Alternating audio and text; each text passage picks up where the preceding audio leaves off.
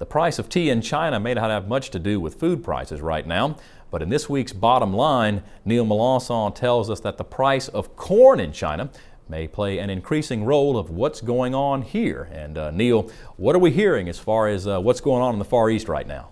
Well, Mike, the bottom line this week is that China is moving away from corn in favor of soybeans. Now, one thing farmers here in Louisiana can, I think, sympathize with is the fact that fertilizer costs are skyrocketing over there, and in China it takes twice as much fertilizer to fertilize 1 acre of corn as it does for soybeans. Now, taking a look here at these Chinese statistics, the information that we're getting out of the Chinese National Grain and Oils Information Center is that the 2008 corn acreage could shrink nearly 2.5% to 61 million acres, while soybean planting is up nearly 10% to 23.5 million acres. In addition, Chinese corn consumption is forecast to increase 2.2% to 148.7 million tons, almost equally matching the production forecast of 149 million tons. Meanwhile, closer to home, corn did get some planting done, as you can see here, but the bottom line is that the bottom line marked by the arrow, that's this year's planting pace relative to the colored section, which is the 9-year average, so we are way behind. So what does this mean for food prices?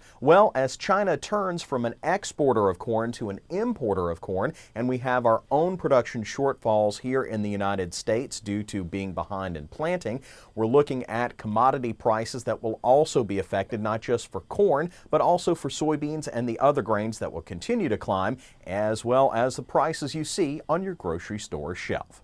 That's the bottom line. I'm Neil Melancon. Back to you, Mike. Thanks, Neil. And of course, as far as the weather forecast is concerned across the Midwest, it looks like they are not going to get that week or so of dry weather they need to catch up, which means they're going to be behind again as far as that 9-year average is concerned.